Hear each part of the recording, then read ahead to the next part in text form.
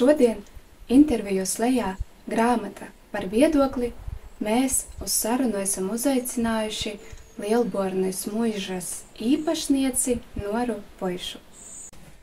Labrīt, Nora! Labs rīts! Sakiet lūdzu, kāds ir jūsu dzīves moto? Man īsti nav moto, bet es ticu tam, ka tad, ja tev ir taisnība, tad tu vienmēr arī uzvarēsi. Un pastāstiet lūdzu 3 vārdos, kāda ir jūsu nodarbošanās. Pišķi vairāk kā 3. Esmu privātas izglītības iestādes un turisma uzņēmuma vadītāja. Šobrīd Lielbornes muižas saimniece.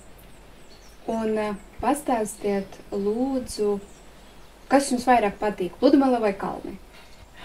Viennozīmīgi kalni. Es esmu kalnu slēpotāja un pludmale garlaicīga. Un kāda ir jūsu ideālā brīvdiena? Šis ir grūts jautājums. Droši vien tad, kad es daru to, ko es tajā dienā gribu, un droši vien, ka tas ir kaut kāds darbs. Un pabeidziet lūdzu teikumu, esmu laimīgs, kad... Nu, te jau man sanāk gandrīz tas pats, esmu laimīga, tad, kad daru to, ko vēlos. Un no izvēlētajām grāmatām, kura šai brīdī jums ir sirdī tīkamā un kāpēc? Jā, uzmetu jau aci šīm grāmatām ātri, kamēr jūs turējat.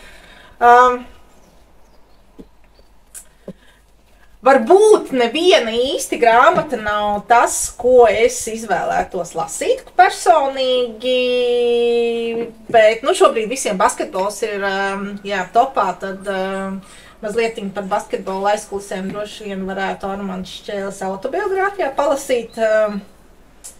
Daudziem šobrīd dažāda veida kuģošana, zinu, kad ir aizrāvusi, un tā kā tas varētu tiem būt. Un varbūt tas, ka tomēr par Mārtiņu Rītiņu vairāk būs.